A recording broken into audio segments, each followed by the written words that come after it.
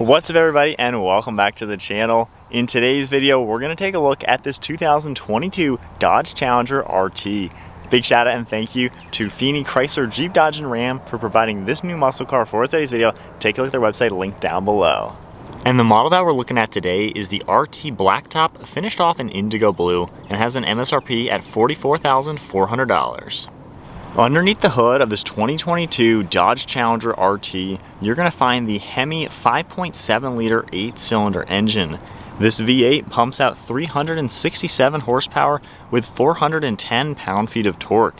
It's paired to the 6-speed Tremec manual transmission and sends all the power to the rear wheels. With a curb weight around 4,100 pounds, you can expect 0 to 60 in about 5 seconds, with 0 to 100 at 12.2 seconds, and it'll top out around 141 miles per hour. It also runs on an 18.5 gallon fuel tank, so you're looking at 15 miles per gallon in the city with 23 out on the highway. Overall length is 197.9 inches, with wheelbase at 116.2. Width comes in at 75.7 and height is 57.7 inches. And then now moving on to the exterior styling with this 2022 Challenger RT. The blacktop does give it some blacked out accents along with these 20-inch wheels. At the front, you're going to see these LED headlights that have a very cool retro design finished in a round look. You're also going to see all the black within the grille. We get that classic Challenger script, and then even over on the far side, you can see RT is blacked out. Really cool looking upper grille, and then down below we get a massive grille with a nice look for all the mesh to allow maximum cooling to the radiators. We get LED fog lights and then a really large splitter down below, finished off in a black plastic. I like how the front bumper comes together to give it that retro muscle car look, and it's very squared off. Moving towards the hood, we do get a functional air inlet duct in the top. It allows cool air to enter the engine bay. You're going to see really sharp lines around it, and it fades towards the windshield. Really large hood. I really love all the flat lines to it, just how everything comes together up front.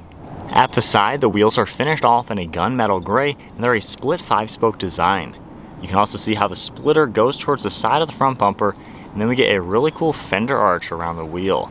You get the Hemi badge blacked out behind the front wheels, and a really sharp body line cutting its way all the way through the side profile. I like how flat all these body panels are to give it that retro look. Then you can see the body colored on the side mirrors along with the door handles, and then blacked out for all the windows, and then more body color along the roof with a shark fin antenna. Moving to the side profile, you can see just how proportional everything looks. It is a really large car, especially for being just a two-door, but it does give it a nice muscle car vibe. As we make our way to the rear, you can see how large the trunk is along with this black ducktail spoiler. And then I love how the sharp lines cut their way all the way to the back and give it a wider look in the rear. We get a set of LED taillights with a really nice red design and then all gloss black trim around them. We get the Dodge name, your standard backup camera and trunk release button. Then you can see all the parking sensors down below with a plastic black diffuser, and then finishing it up with a dual chrome exhaust. So there's a good look at the exterior styling and some of the specifications for the 2022 Challenger RT. It looks really good in the Indigo Blue, and I like the blacktop package, especially with the filler cap blacked out. It has a really nice subtle design. With that said, we have Dodge's key fob, pretty basic as you would expect. We can go ahead and lock the car. It does have a smart key. All we have to do is grab the handle. It'll automatically unlock. We can also lock and unlock it with the upper button. With that said, let's check out this interior. This RT Challenger features a black fabric interior with some dark silver accents all throughout it. If we go ahead and take a look at the door panel now, you can see smooth black leather along the armrest with some padding and stitching, and then we get a fabric insert. We get your grab handle, mirror controls and window controls, release handles under that with storage up front as well as in the back. If we move our way to the interior, you can see these sport pedals finished off in aluminum, and then we get a few power controls on the seat. We have the forwards and back and lumbar, and then manual recline. We get the fabric seating with some stitching on it. You can see all the black and then a really cool design in the lower portion. You get really large bolsters in the bottom as well as in the back, and that fabric comes up all the way to the top. We get a little bit more stitching along the headrest, and then spinning around we get a black leather steering wheel with perforated leather on the sides, and then the Dodge logo right in the center. And then now inside the RT, keep my foot on the clutch, we can go ahead and fire it up.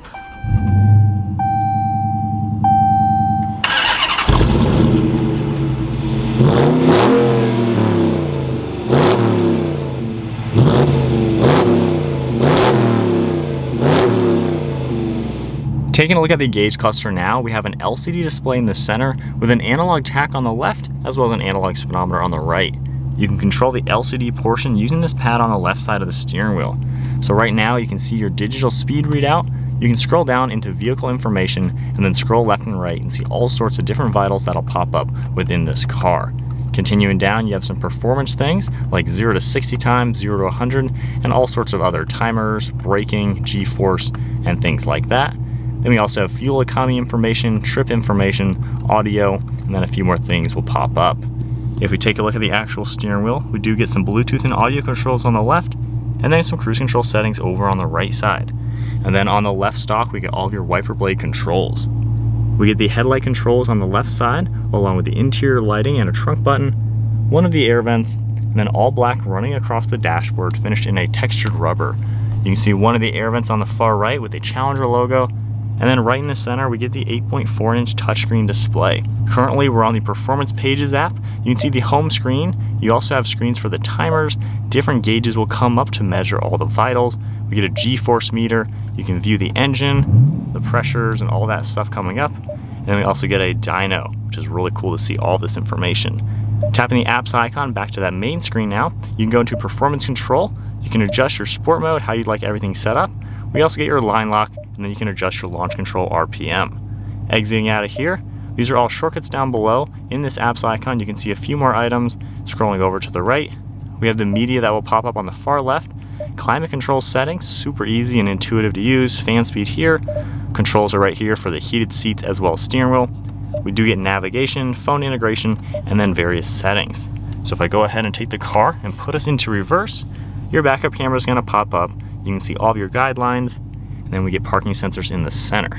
Not the most HD camera, however, it's nice at least it has one. And then underneath the screen, you can see a few more buttons. We have our sport mode icon right here. This super track pack button gets us back into that one screen we already saw.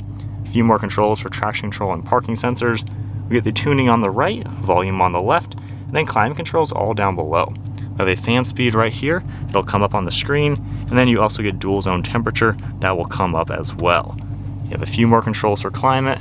And then behind that, we get a really large black leather shift boot. I really like the look of the shifter, a nice ball design for the shift knob itself, and it's a pretty notchy transmission. I like how they use the Tremec system in it. Really cool look, looks just like the older Vipers. You can see all this silver trim as well as 2 cup holders, and then some of this black leather and stitching for the armrest. If we open this up, we get a pretty good amount of storage space in here. You can also see the USB ports and auxiliaries. And then on the far right side now, if we open up the glove box, you get a pretty good amount of space. One last look at the interior now. It's a little bit on the dated side. Of course, this car has been out for quite some time. However, it's a pretty sporty looking interior, very comfortable and roomy, and you get enough technology and enough information to be a pretty modern car. Up top, we get a sunglass holder and dome lights, and then your mirror. And then moving to the rear seat space, this is a 5-seater car. We can grab the lever and move the front seat out of the way just a little bit. You can even see the same fabric design all back here, even with a armrest right in the center, and you get climate air vents right in the center as well. So then sitting down in the backseat of the Dodge Challenger, for being a two-door car, this is really practical and roomy. I'm 5'11". My head is just barely touching the ceiling, but not too bad. And if I go ahead and pull this seat back, I still get knee room and leg room. So pretty impressive for what this car is. With the armrest down in the center, you also get a nice amount of storage space as well as 2 cup holders. So it really does make it pretty useful. Decent armrest on the left side, you get hooks up top, and then you can see some dome lights up in front. Moving to the trunk space, you can double tap the key fob button, use that one on the interior, or just walk up to the back and press the button back here. Lifting this up now, the Dodge Challenger has a ton of storage space in here. You can see just how squared off it is and how large it is. Very deep in here as well, and we get a pretty tall ceiling. And with the rear seats folded down nice and flat, you can see how much more storage space you're gonna get in the back of the Challenger. You can see how the opening is pretty large as well to make this one extremely practical two-door car. All right, so we are setting off now in the Challenger RT.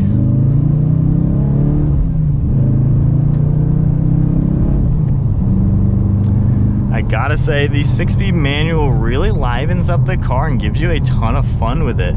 So driving in it, what's it like to drive this car? First off, it's really smooth and comfortable. I like that aspect with the Challenger. It feels just like a roomy sedan, to be quite honest. You have a really good view out of the windshield. You can easily see the really cool bump in the hood. Mirrors all do a really good job. Over your left and right shoulder, it's not too bad. Left shoulder's pretty good. Just that seat pillar is a little on the larger side, so that kind of hinders visibility just a little bit. But it's roomy, like I said. Roomy, comfortable, really not a hard car to complain with as far as daily driving and daily use. It can really be a good normal car. As far as the performance and things like that, Sport Mode doesn't really do too much. It just kind of sharpens up throttle response a little bit, and obviously does the traction control. This isn't the fastest car out there, but I love the manual. The clutch pedal isn't too heavy. It's a really good weight. The shifter is really easy and really notchy. So I just like that balance with this car. So as we get up and go,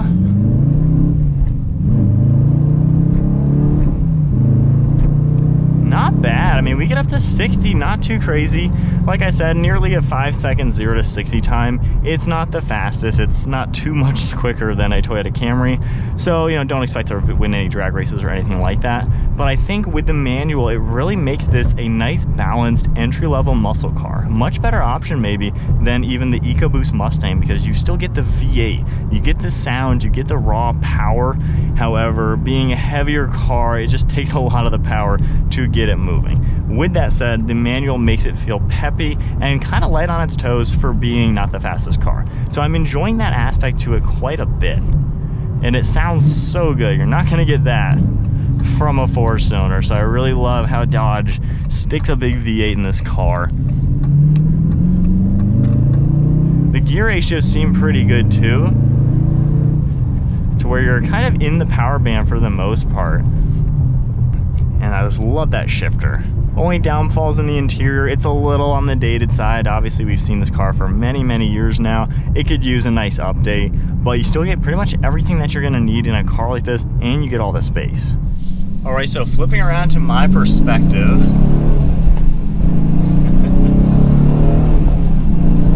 the manual just wakes up the car. I really love that, and the fact that it's a Tremec 6-speed is pretty sweet. As we take some kind of sweeping turns around 50 miles an hour, you know, it's not the best pinpointing nimble car. Obviously, it's pretty large, weighs as much as an SUV, but it's not bad. In some sweeping turns, you can really have some fun in a car like this. I feel like this could be a really good car, like I said, an entry-level muscle car.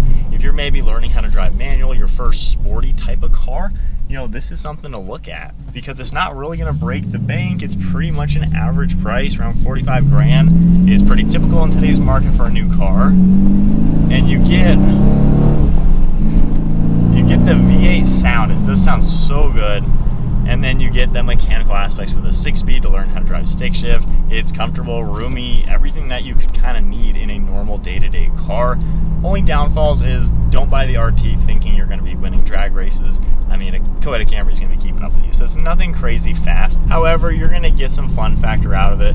The automatic, you know, if you really are dealing with a lot of traffic and stuff like that, that's probably a better option for you. However, I think you are sacrificing some of the fun factor. So this is one of those kinds of cars that people buying it probably aren't the most performance sports car type of owners, but they want something that's going to kind of be fun as well as usable at the same time. I mean, it does get up to 60, you know, without even stressing the engine. It does kind of rev quickly and kind of shorter. Red line's around 5,500. We're not going really above 4,000, just being a newer engine. But, you know, it's a car that you can be kind of playful with. You can play with it, just have some fun, use it for the normal stuff, be a little sporty in it. So it's kind of that good balance. If you want extra performance to where you're actually in a pretty quick car, the Scat Pack. That engine is much more peppy. And then if you want a fast car, obviously the Hellcat is pretty darn fast. And you can modify that and make it 1,000 horsepower. And then if you want all-wheel drive, you even have the V6 option. So I like how Dodge gives you these types of cars in today's market when everything is going 4-cylinder, smaller. Dodge still gives you those meaty cars with the big engines, and it's a really cool blend to see in today's market. So ending thoughts, really the only downfalls with the Challenger in general is just the interior needs some updating. We've seen it for a long time. You know, the graphics are kind of old, nothing really too special. And then, you know, they make enough engines to be able to buy the car that you want.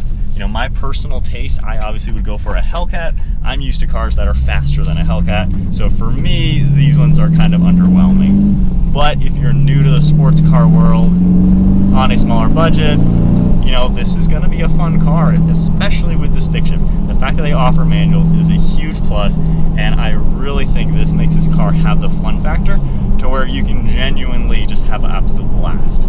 So I think that is then it for this 2022 Dodge Charger RT, the black top with the 6-speed. If you guys enjoyed today's video, be sure to give it a thumbs up and hit that subscribe button. Stay tuned for plenty more content. And then a big shout out and thank you to Feeney Chrysler Jeep Dodge and Ram for providing this new car for today's video. Definitely take a look at their website, links down below.